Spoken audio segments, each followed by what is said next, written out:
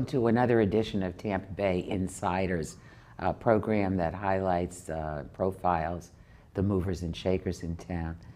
I'm Louise Thompson. I'm the Executive Director of Tampa Bay Community Network, where you can learn video production skills and also have your own show on our channels. With me today is the Reverend Tom Scott, our former county commissioner, former city council member. There's a big long list. Right now, he's a board member on the Tampa Sports Authority. Welcome, Reverend. I appreciate your being here with us today. Thank you for inviting me. It's my pleasure to be here. Well, glad to see you here. Well, let's start from the beginning. You're a native of Georgia, right? Macon, Georgia. Macon, Georgia is about 85 miles south of Atlanta. And I grew up in Macon, Georgia, and went to my school there and Mercer University, and then went to Jacksonville, Florida. Finish up at University of North Florida, and became. What were you studying? Criminal justice. My background is criminal justice, and then eventually I went on to Assemblies of God Theological Seminary, and that sort of thing. You made a switch from thinking you wanted to go into police work, and is there some similarity of those two things? Well, actually, I was a parole and probation officer about 5 years in Jacksonville. Oh, okay. Yeah, so I did that for about 5 years, and then a church came open in Tampa, where I am now. April 25th, 1980 is when I came to Tampa. And so I made that transition, but it's a similarity in terms of helping people. Helping people in trouble. Helping people in trouble, people who need some counseling, direction, prayer, encouragement, that kind of thing, yeah. So you were recruited for the church down here to come and run that church, which you've built quite. Small quite church. well. Yeah, small church when about 50 members, I guess, and it was over on 22nd Street, right down the street from Ybor City, in that area. And now we're over on 34th Street, and we moved over there and built, quite a building and school there and all that. Been quite successful there. You have a school there too. Yes. So from early grades or all the way through? Well, we went up to 5th grade, but then we got a charter school, so the charter school now is kind of separate from the church, but we do go to kindergarten. So we go from infant up to kindergarten, and then we have a charter school, King's Kids of Health and Science. That's doing quite well. We're in our 2nd year with that, and then we have our preschool that go up to kindergarten. We used to go up to 5th grade, and we did that up until 27. We've been doing that for 27 years.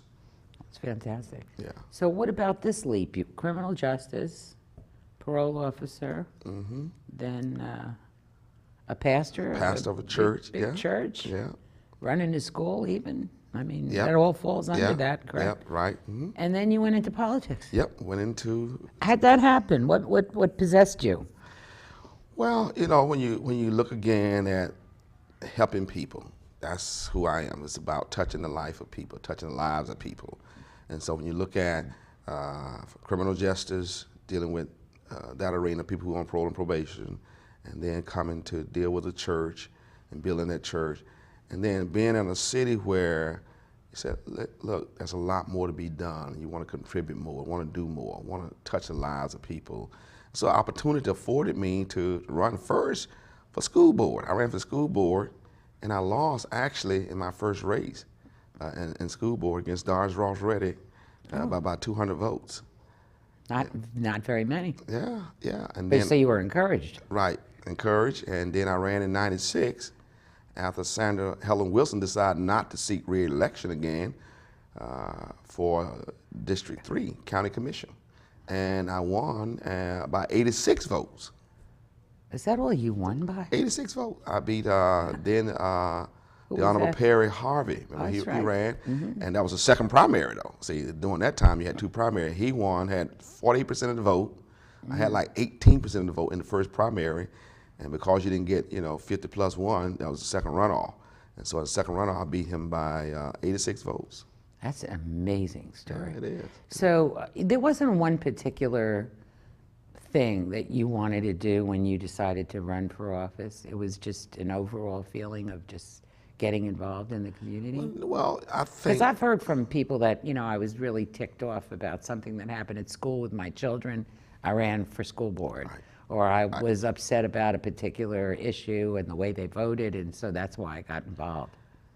I believe that when you want to run for public office, you have a desire to want to contribute, to make a difference in your community, and so that was the reason why I ran. I ran because I wanted to make a difference, make an impact, and make it better for people, the quality of life better for people.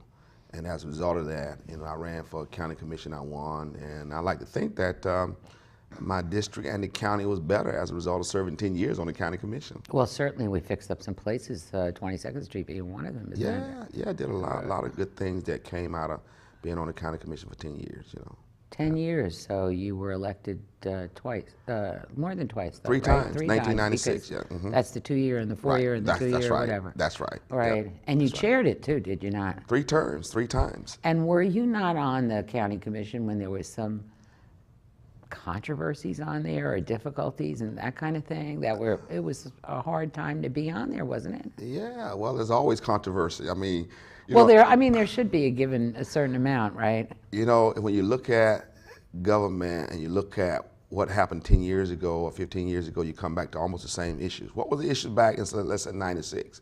Transportation. Still true. Still true, right? Mm-hmm. What were the issues in 1990? Economic development. Still true. Even worse shape now, right? I mean, really, yeah. Mm-hmm. So you look at what are the key issues, 15, 20 years ago, you come right back around to those same issues that are very prevalent today. Your involvement while you were on the county commission, you sat on lots of different boards, right? Yeah. Some of them were? I was on the Aviation Authority for 6 years. That's the airport, ran the airport. I was also on the Heart Board, with Heartline running the bus system right here. I was on about 10, 11 other boards that I served on, Metropolitan Planning Organization was planning the future expansion for roads and streets and all of that. I was on that. So I was on a host of boards and committees, In fact, most county commissions will be on at least 7 to 10 other boards. Even at each term? Yeah. By that time? Yeah, there's a lot of boards and committees that you serve on as a county commission, Now you got term limited, right? In Yeah, the term seat limit, you were right, in. term limit. And then you went on the city council. Yes, 2007. And your experience on the city council versus the one on the county commission? That's a lot different, when you look at the city council versus the county commission, you're talking about you had a lot more power, in my opinion. On the commission? On the commission. City council, the biggest thing you have there is the budget. The budget that comes from the mayor to you to take a look at the budget. Rest of it is primarily land use, and licensing for alcoholic beverages and that sort of thing.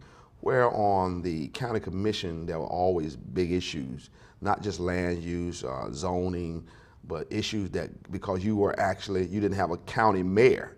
So the 7 county commissions were the county mayors. Split in 7. Right, that's exactly right. So you had a lot more impact and had a lot more to say in terms of setting policies. Did you have an opinion on that county mayor push that we had for a while?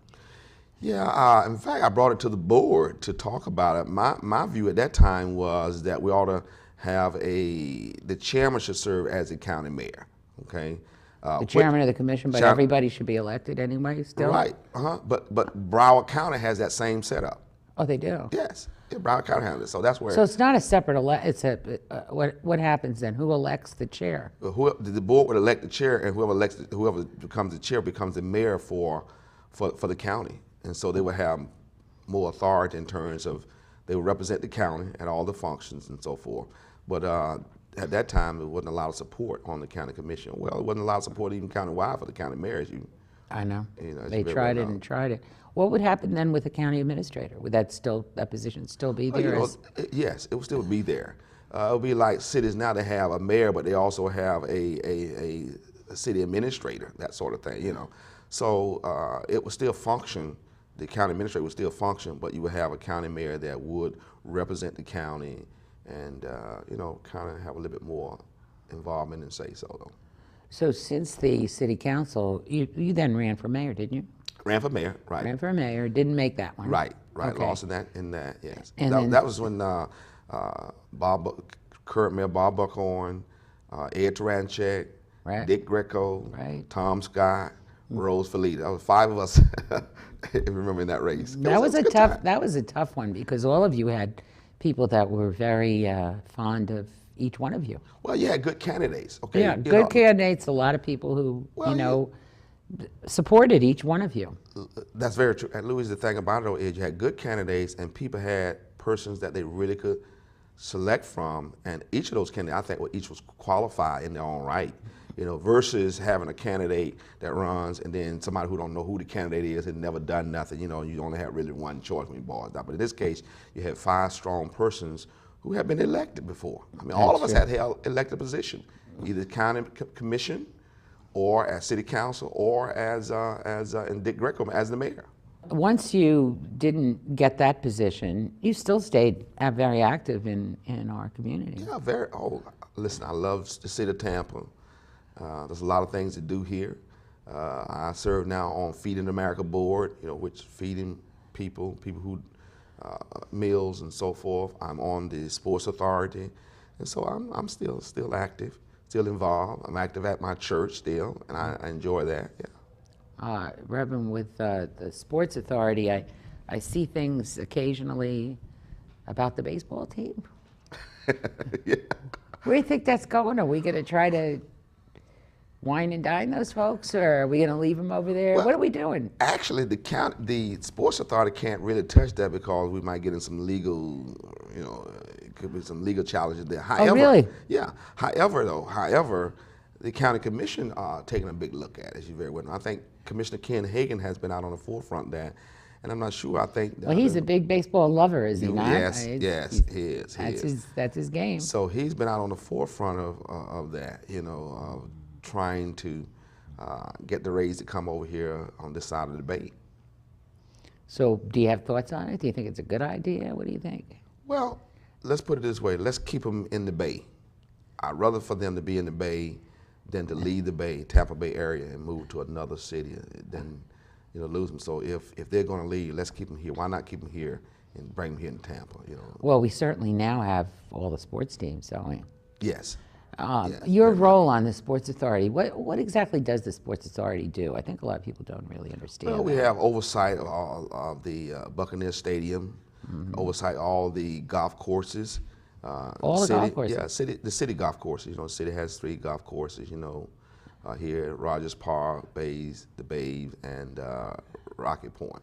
Okay. Those 3 that we have oversight of that. And also we work with the Ice Palace as well.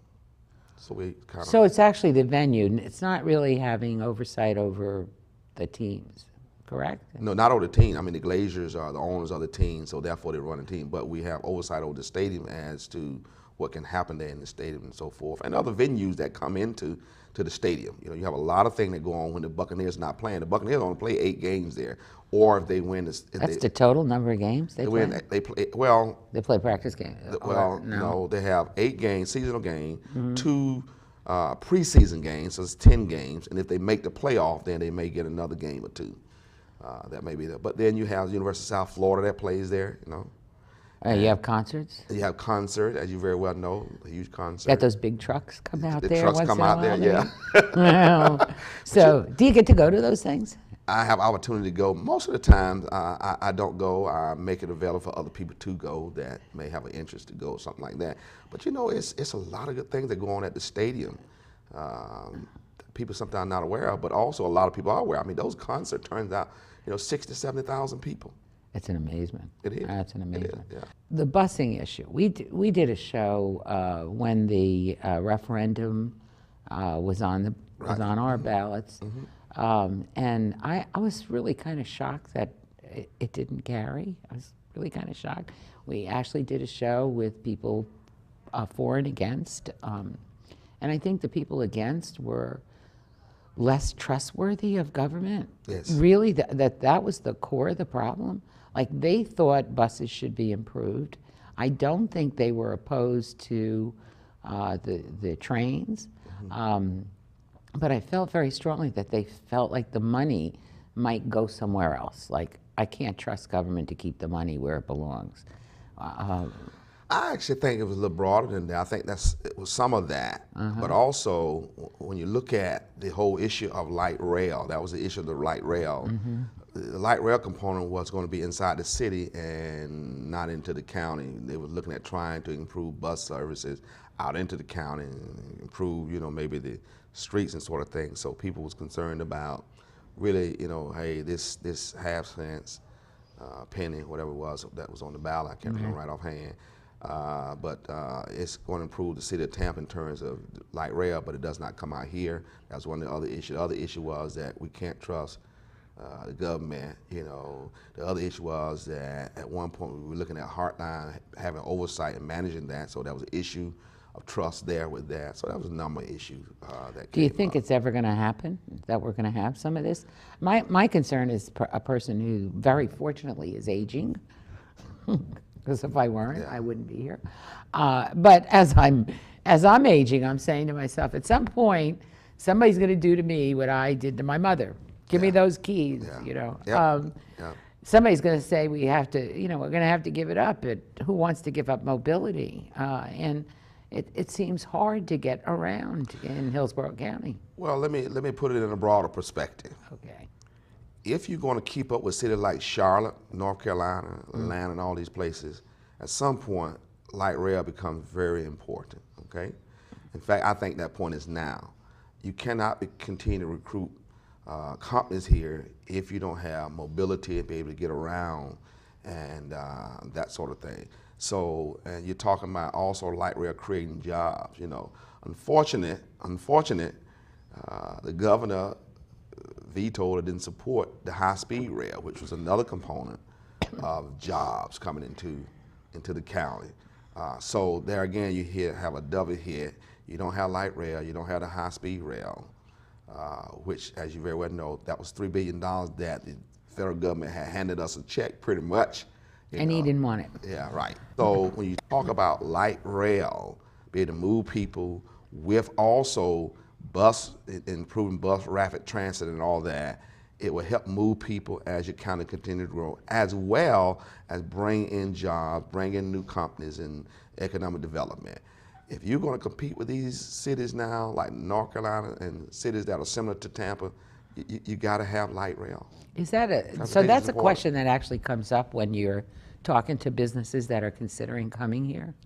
Is that, that's literally... It's part of the process of bringing major companies. We have universities, we have sports teams, we've got plenty of arts now. We have a lot of stuff. All you have to do is look at Charlotte. Now, I was on the board of county commission when we had, in fact, I was chairman of the board that addressed the whole issue of transportation. That we was one vote shy trying to put it on the ballot when I was chairman both times. I was chairman both times. I brought the issue of transportation and transportation improvement to the county commission. And so we were one vote shy from getting it put on the ballot for a referendum. But if you go to cities where I've gone, to Portland, San Diego, Charlotte, and you see what has happened, those cities have completely turned around as a result of light rail coming into those cities. And it's just booming. They're just booming, with all kind of new business and economic development and development even into your inner city. Is there a sort of a tunnel vision going on? Because I think you hear from a lot of people, it doesn't support itself. The government will have to continue to provide money for the operation of the light rail and the buses and so forth. But does that matter if the government's doing that, but jobs are coming in? How do you look at that? Based on the numbers, though, if you do it was a half cent that was supported, Right. In perpetuity, though, it has to be. And I'm trying to remember, I think the last one was for 1 cent, I believe. I think it was too, but I'm 1 not cent, sure. yeah. So with that, it will support itself with that revenue coming in, okay? The That tax. and the ridership on the ticket. Right, the tax will help it. But there's, as I'm not mistaken, there's no transportation system in America that does not need some kind of tax subsidy. Right. So But forth. that's all. But what doesn't get across to people, I guess, is that that's offset by the fact that more companies are coming in and creating more jobs. Right. And so what? Those companies are paying taxes, or they're providing income to people who are then paying taxes and buying Right. services and Right, absolutely. and supporting, I don't know, property tax and all those other kinds of things, Right. correct? Mm-hmm. So True. how are we going to ever get to the point where I mean, this issue's been around for a long time, as Long you time. say, a very long time. How are we going to get past where we are now? I mean, what can people do? We got viewers. What could we do? Well, you know, the important thing is try to educate the community as to why you want light rail, why the importance of it. Again, the whole issue of not only just mobility, but economic development. Now, the other question becomes, do you have the elected leadership that has the courage to make the decision to put it on the ballot again so that you can let the voters decide? That becomes the other issue. And we're not permitted to do it. Did I not read something like the city of Tampa wanted to put it on the ballot? Yes. And just get the city to do it, and then maybe the county would follow, and then could we ever get the state or Well, the a city, bigger- that was a discussion. I think that's a discussion, and I think the mayor was pushing the city to get the legislature to give them the authority to put it on the ballot so it can pass in the city. Did we get that, or we? No, not at this point that I know of, okay? Why do you need the authority of the state? You just absolutely Well, can't. the state determines as to what you can put on the ballot in terms of tax revenue and so forth. For the city. Now, the county has that authority.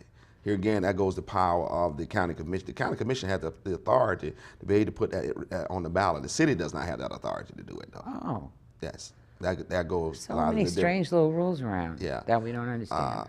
My belief is that you need the whole county to pass it. The city in itself would not give you enough revenue to be able to fund it and to make it viable without the county. So you need the whole county, in my opinion, to pass it in order to really make it viable. Just looking at sales tax revenue. You Yeah, mean? sales tax, right? Sales Or- tax revenue, right? or whatever it'll be Right. called. Yeah, Right. it'll be sales. It has to be sales tax. Let them have another revenue that they can get it done through. But right now, the sales tax is what's available. You can't put additional money on gas tax or anything, can you? Or is that not something a locality can do? Well, it would not bring enough revenue. It would Not not. really? Gas tax would not bring enough revenue.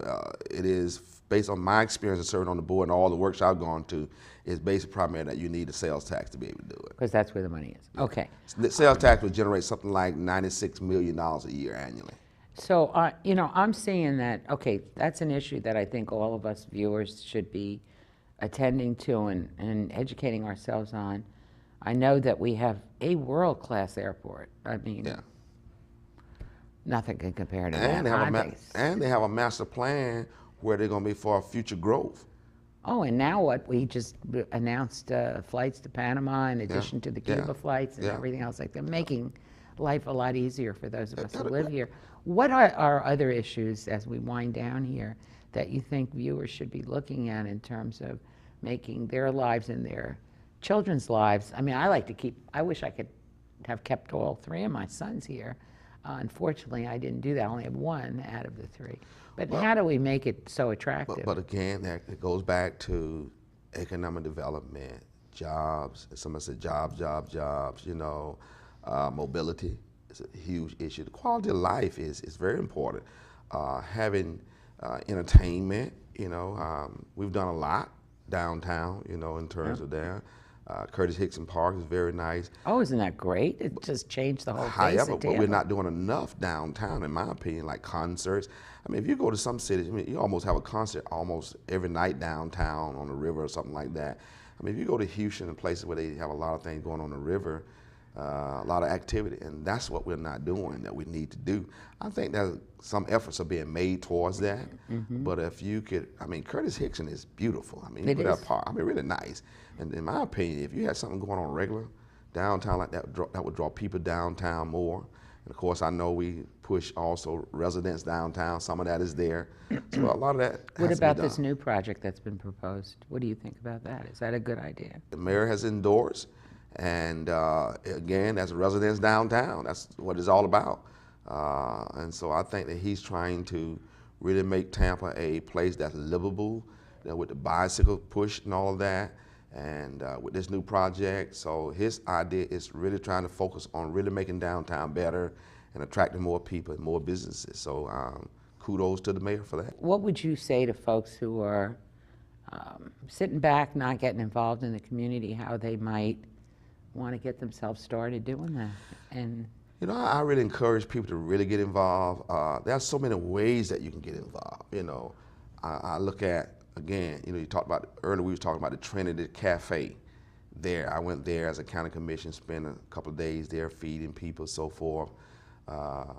You know, there's things going on at the school system, school board. So you start in those areas. If you're looking at running for public office, you want to start somewhere in the community where you're already active and you're involved and you're touching people, so that you kind of somewhat build your resume, I guess, and then you launch out into public office. Get to know people. There are some movers and shakers in Tampa that you need to know, but you start by being involved, you know, by touching people, you know, get involved. A lot of citizen advisory groups, like the county commission has a citizen advisory group, right? Yeah. City council has a whole lot of boards that they can serve on, those kinds of things, you know, code enforcement boards. So there are a lot of boards and committees that citizens can serve on as an entry into the process. Moving into the political process. In fact, I was on the county commission citizen advisory board before I ran for county commission. Oh, you were? Yeah, I didn't even served realize there. I was appointed by Commissioner Sandra Heller Wilson, and I served there for 4 years, and then from there I ran for county commission. We appreciate so much your coming down and talking to us and giving us a lot about your background and what's going on in town. And we do hope that you return up to Tampa Bay Community Network another time, come host a show or do something like that, or if you're not running for office, which could keep you pretty busy. Thanks to all of you for tuning in. I hope you too will get involved, as the Reverend Scott has told us, in ways in your community that could help you go on and do some things that will benefit our community as a whole. Appreciate your tuning in, and we'll see you next time.